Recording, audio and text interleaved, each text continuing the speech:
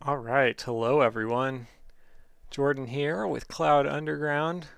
We're back again to look at some more cross architecture virtual machines today. I was looking at that video the other day and realized that I never did finish that topic, so I wanted to get into it a little bit more today and just talk about more about virtual machines and in particular running cross platform virtual machines, so like running x86 virtual machine on ARM hardware. So I'm going to look at that a little bit today, and then afterwards play a little Terraria. So just pretty much the normal stream setup schedule.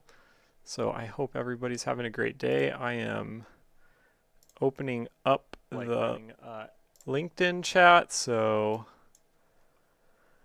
if anybody is in LinkedIn and has any questions or comments, please feel free to chime in, and I will do my best to, answer questions or address comments. So, thanks for being here, and I think we're also streaming to YouTube. So, with that, I guess I'll get into it a little bit because I've got my comments coming up if there are any.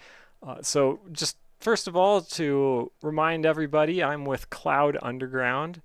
And if you're curious about what we do, then I would encourage you to head to our website, cloudunderground.dev, and you can read all about us, see the kinds of courses that we offer, and the sorts of services that we offer. We also are selling some gear down here that you can peruse and check out. And, if you're interested, certainly it helps us out if you buy anything. So we always appreciate that. And if you're interested in our Zero Trust Cockpit app, which basically has the tools that allow you to make streams like these, so OBS Studios and Kden Live, which is an editing program, and some other media programs that will help you along your way, you should check that out as well.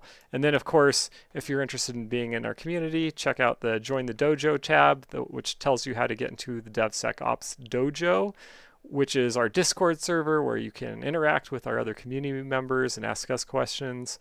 And it's a pretty active community, and we'd love to have you in there. So with that, I'm going to go back over here. So this is an instance of the Underground Nexus that I have running.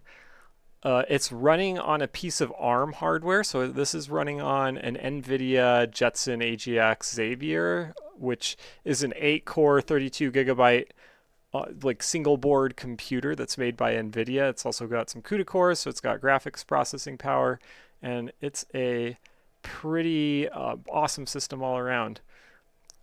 Let's see. Hello, Rashawn. Thanks for joining us today. I hope you're having a good evening. So the reason I'm in an Underground Nexus today is I want to talk about Virtual Machine Manager and virtual machines a little bit. So in the Underground Nexus, we have Virtual Machine Manager built into the install. So if you deploy it, you will have basically an instance of Virtual Machine Manager. And if you open it up, first of all, you have to go to you have to add connections to get it going, and then you have to add a KVM user session. I've already done that, so that's what we're running here. You can see we've got our QEMU/KVM user session running, and I actually have a virtual machine running in it right now, and it's an x86 Parrot OS virtual machine. So let's open it up and check it out. I already have it running because it takes a little time to get it going. I didn't want people to be sitting around waiting for me to basically just open it up. I didn't do anything fancy. I just started a new virtual machine, much like I did in the previous video where we talked about this stuff. So if you want to see how I set up my virtual machine, I would go check out that video.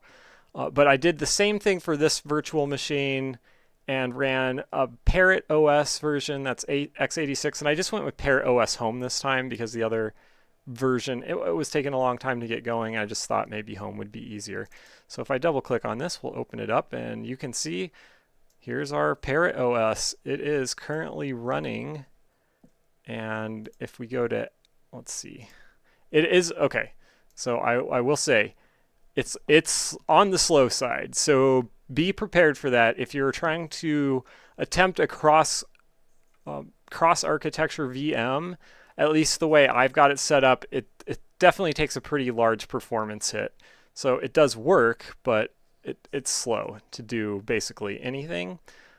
But let's check out our Mate system monitor just for fun. You can see how it takes a little bit of time to open basically anything and get anything running. If you're really serious about getting one of these cross-architecture platforms running, I would highly recommend skipping anything that actually has a full user or graphical desktop. I would do something that's just command line based, because it'll have a lot less resources that it basically has to, or a lot fewer applications and processes that it's going to have to deal with and run, and it should be, quite a bit more performant.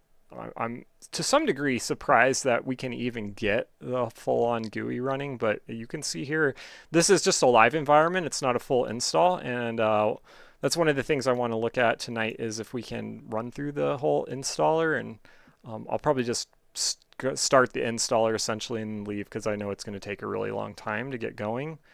But yeah, we can go click on, I should have done resources, not processes. Who cares about processes? There's a million of them. There we go. So let's click on resources here. Come on, there we go. Yeah, here we go. So you can see, our CPU usage, memory and swap history, and you can see we're only using 1 gig of RAM. In the last video, I tried to make this virtual machine with only 2 cores and 2 gigs of RAM, and it was super slow just getting it going. So I figured this time around I'd give it some more resources, since we've got extra resources to give it on this PC. So it's got 4 cores here, and it's got 8 gigs of RAM. And yeah, you can see it's going. Nothing's pegged, so but I think the number of different layers of abstraction that we have going on here really just slows things down pretty substantially. So yeah, and let's see, if I scroll down, you can see we've got the menu. So this is a Mate desktop, and we've got our file viewer. It takes a second for it to open, like everything on this, but eventually it will get open, and we can check out what the file viewer looks like. But yeah, I mean, it's a full GUI, so it's pretty cool. And it's x86 running on ARM hardware. So I don't know, I think that's a pretty neat thing. We have had reasons to run server versions of x86 on ARM, and yeah, it's nice if you have to do it to be able to do it. It's not necessarily something I would advise doing if you can avoid it, that's for sure, because as I'm demonstrating here, it's fairly slow. I feel like I need to give it more time for this to open, but I'm going to double click it again and just see, because maybe it didn't get both clicks or something. There we go. Yeah, so here we go. Here's our file viewer, documents, downloads, all the stuff. It's right here. And like I was saying, this is just a live environment. So basically,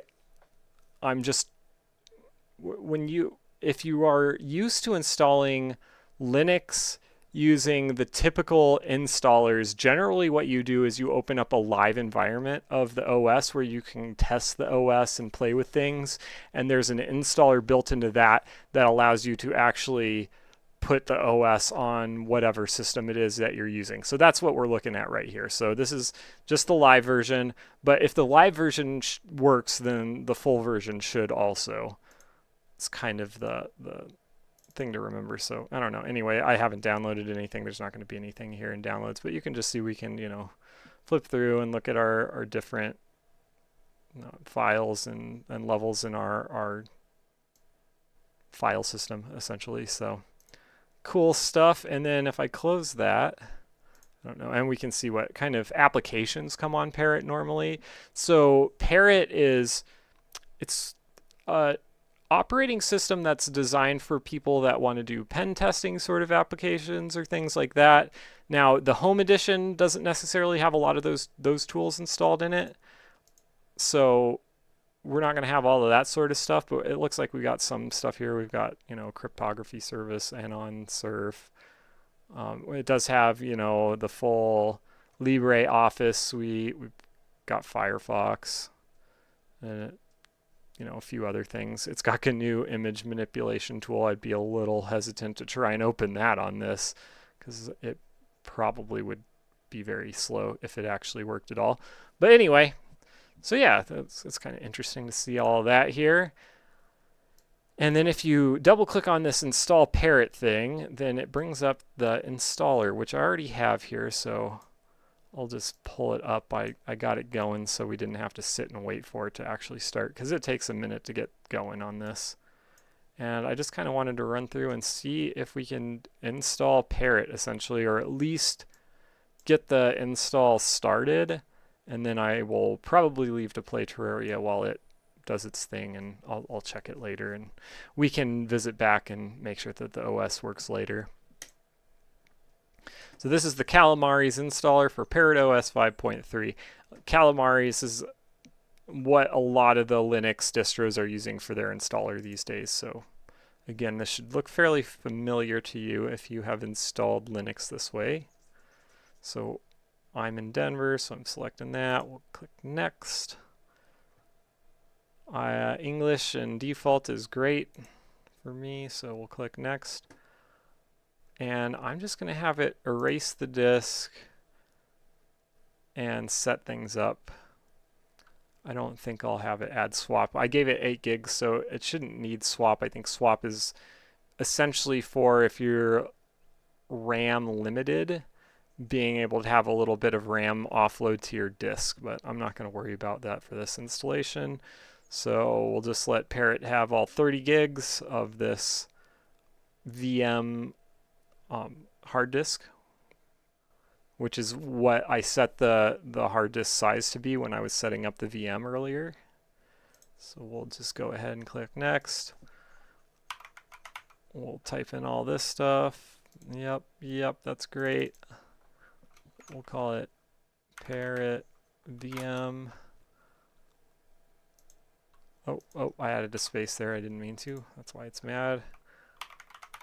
I'm just gonna type in the super secure password.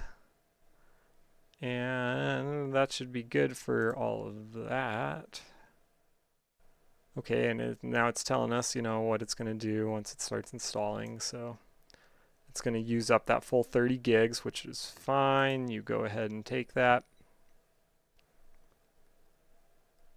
Yep, go ahead and install it.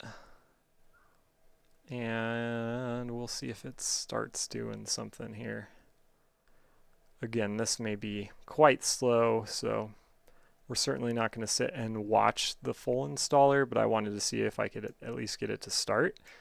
But I think it's pretty cool that we can do this much. We're just running in a virtual machine here in the Underground Nexus on KVM. So, and again, this is an x86 operating system running on ARM hardware.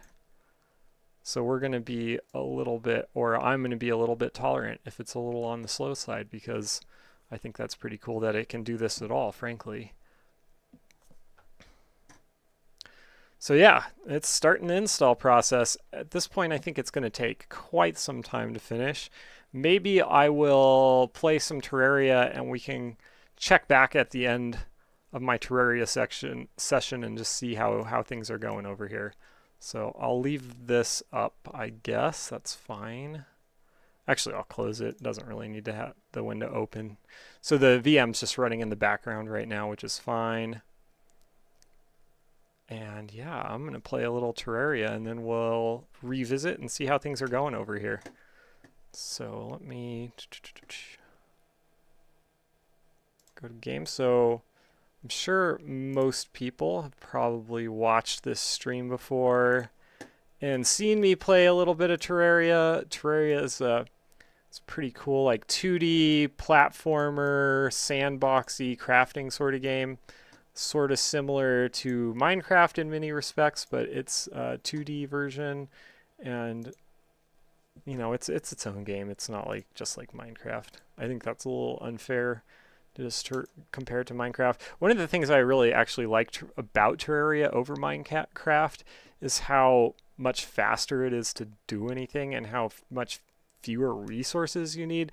So in Minecraft, if you really want to build some fancy building, you know, you need tons and tons of resources because you're building in 3 dimensions, right? So it's meters cubed or feet cubed, as opposed to in Terraria, it's all 2D. So you only need, you know, feet squared or meters squared by materials, which means that, you know, you essentially need another factor's worth of materials for Terraria, which makes it, or for Minecraft, excuse me, than you need for Terraria, which means I think it's just a lot easier to kind of jump into Terraria and start doing stuff as opposed to a game like Minecraft.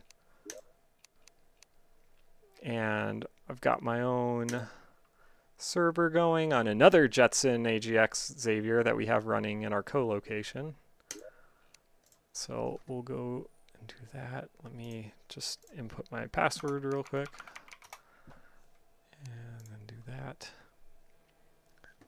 And I'll throw on a little bit of music here. So as I usually do while I'm playing games, we have our own music server on YouTube. If you go to our Cloud Underground YouTube page, just search Cloud Underground on YouTube, you should find us, and then you should be able to find the music stream there.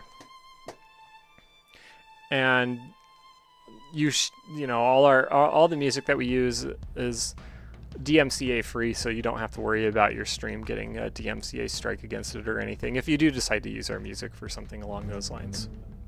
Just so you know. There we go.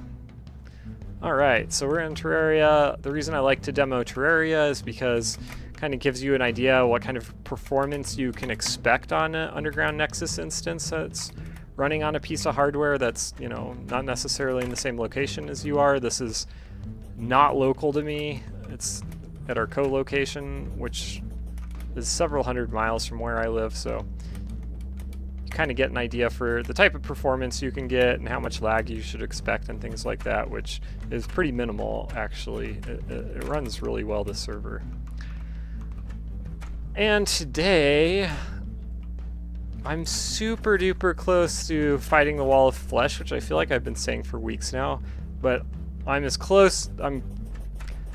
One of the things that we're going to finish real quick is getting ready for that. So let me go over here to our beach house. Oh, do I have? Oh, okay, sorry. I need to grab some green brick first. Let me make sure I'm not missing any comments or anything in LinkedIn.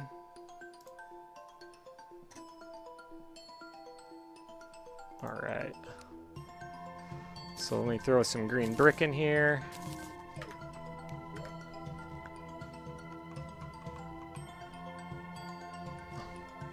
Cool. Doesn't appear I'm missing anything, so just gonna keep playing.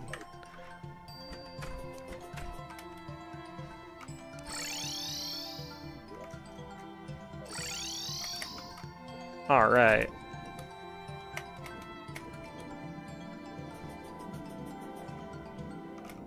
And actually, this is not the site I need to be on.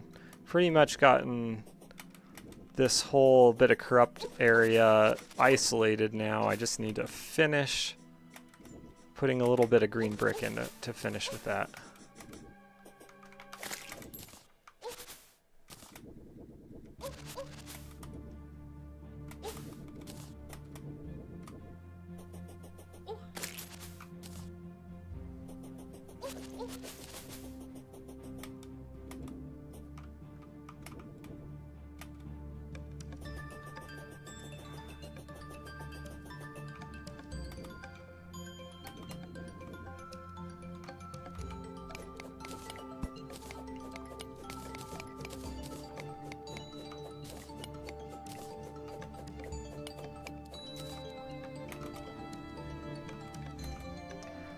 Alright, so this is the end of my green brick line, so I just need to finish placing it, and I guess I was thinking about just drilling a hole straight down to make it a little more straightforward, but I think I can just do it this way too.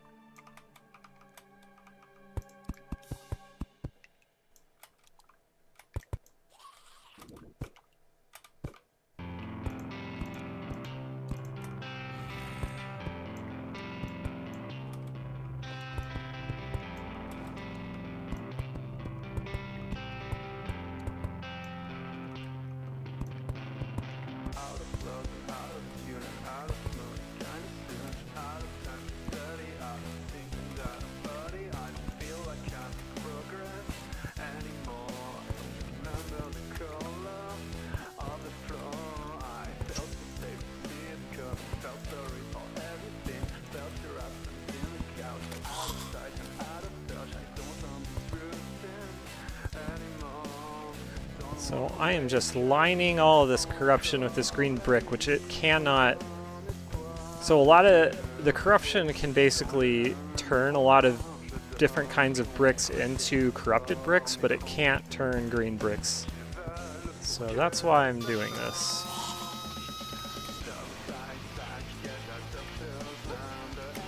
Come on, stupid worms. Must be nighttime. I'm being accosted by all the zombies and stuff. Oh, and a goblin army is coming? Good grief. Well, we'll deal with that in a moment, but I'm going to finish lining this area first.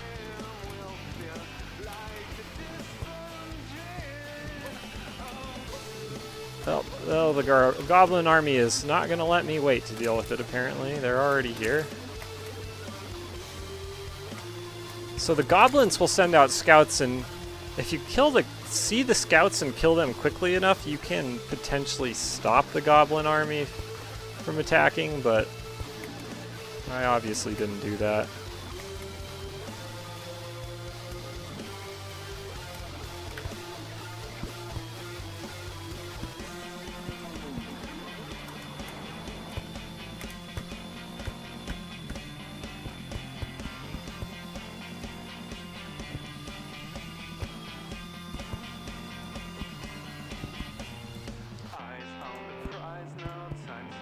This is really a pain. I'm gonna get my mining suit out.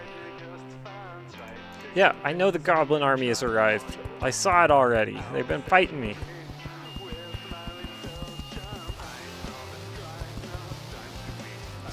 The other thing that these green bricks, I'm counting on them doing, is keeping the corruption from spreading its little vines everywhere.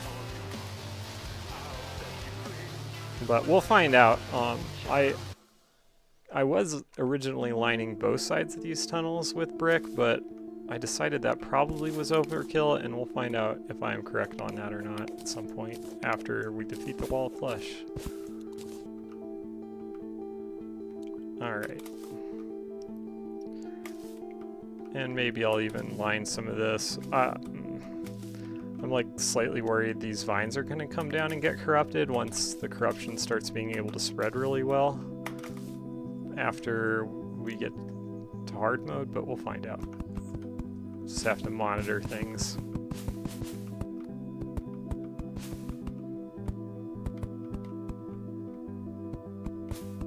Boy, I'm not sure if I got enough green brick to even finish this. It's gonna be close.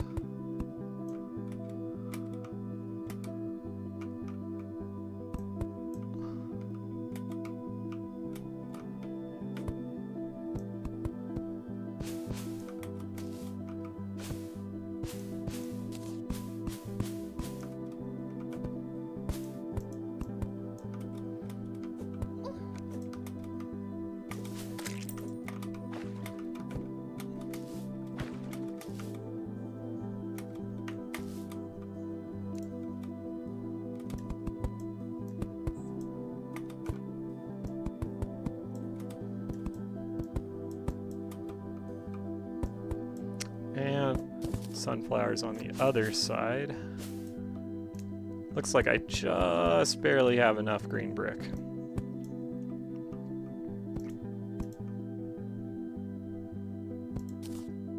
Cool. I think that ought to be good. And see, then we can chop down this tree.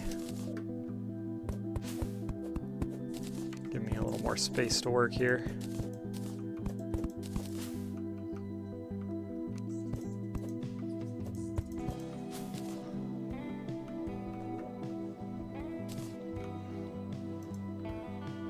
Aw, I can't plant these now. The grass has to grow before you have to plant sunflowers on grassy areas, so I'll let that grass grow. And I'm going to widen this hole actually too. It's a little narrow for my tastes for this. I want to make sure we got a nice big buffer between those green bricks.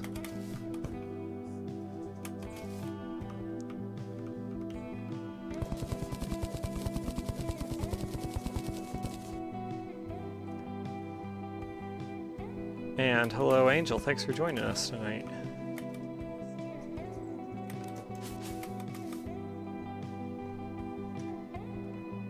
Alright, where's this stupid goblin army? Apparently they're not here. I guess I need to go back to my main house. Yep, here they are. Get my fighting outfit on.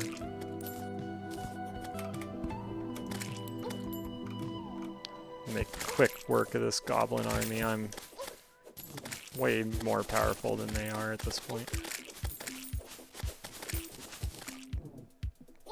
Early on in easy mode, these guys are kind of tough, but we're at the end of easy mode, so goblin army is no thing anymore.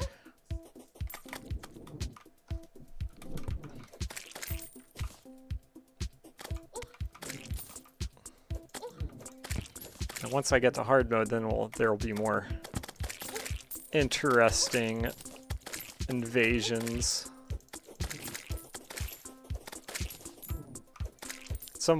At some point I need to fight the old one's army again too and see if he's gotten any stronger. I know it, depending on the bosses, if you beat, the old one's army gets stronger.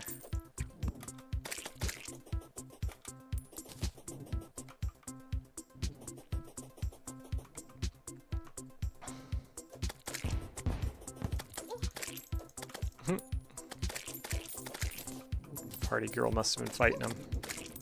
She fights with fireworks and confetti and stuff like that. It's pretty funny.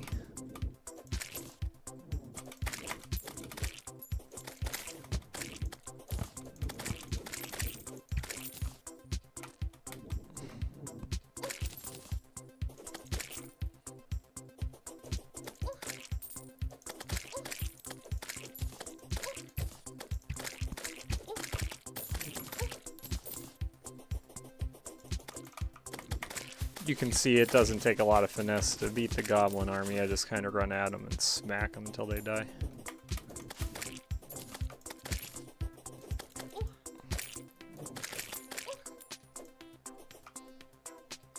Not like some of the bosses I'll have to be fighting later.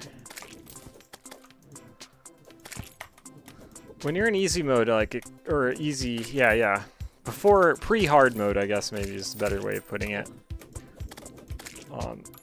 A lot of this stuff feels pretty easy, but once you get into hard mode, things get substantially more challenging. And I'm almost there. I think next time I will fight the wall of flesh and get to hard mode. Alright, that's it for the goblin army.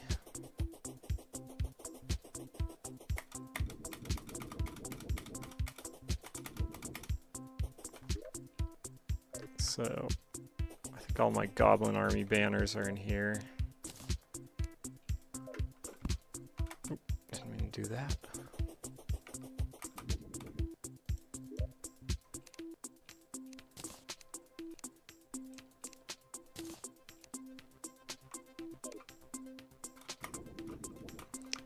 Sell these spiky balls. They're a terrible weapon from what I've seen. Not worth keeping around. Alright, which door got... Let's say I've got a door in my inventory. That means the door got torn off its hinges.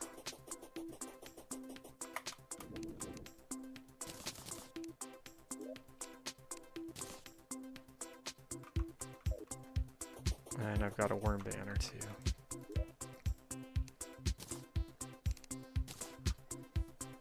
Devourer banner. Okay.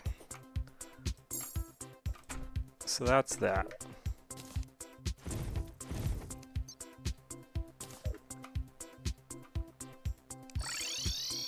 Oop, wrong way. Let's see if I can plant these sunflowers at this point. I bet I can.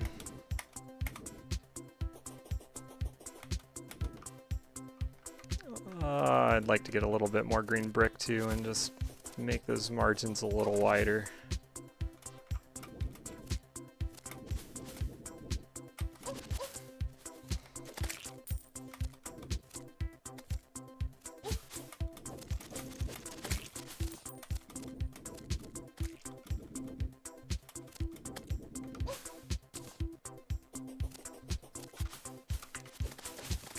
How do you grow into corrupted yellow marigold? I think that thing has just been there forever.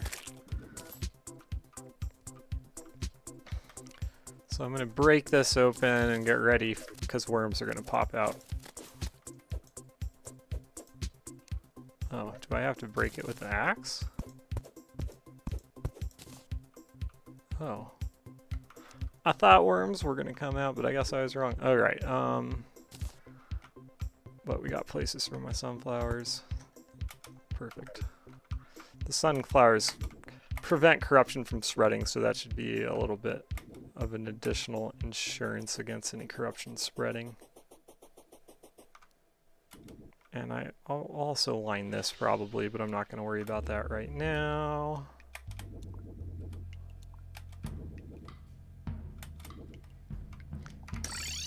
Well, I don't know.